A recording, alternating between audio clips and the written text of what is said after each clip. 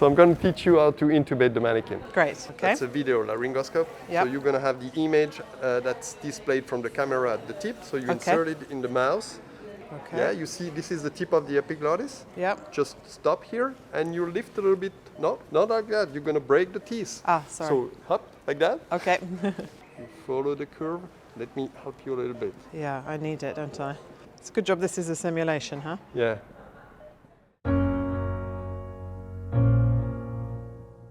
The Simulation Lab is a simulation platform where you can learn interactively.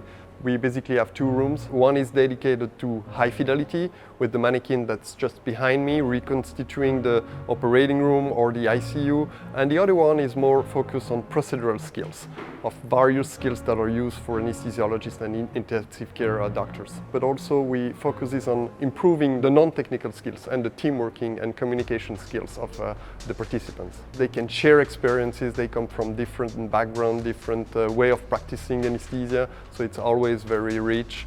And even us as an instructor, we always learn during those sessions. For me, it's very new. I would introduce this as a mandatory experience in the hospital. There is an emergency and you need to act fast and you need to decide positions. This will help me to reproduce the experience and to be fast thinking and fast reacting in a real environment. I really enjoyed because there has been a hands-on station, and with ultrasound that is very important because this is the non-invasive method, and with all the advantages you also need the training because it's user dependent, and for the accuracy and reproducibility, that is all you could ask for.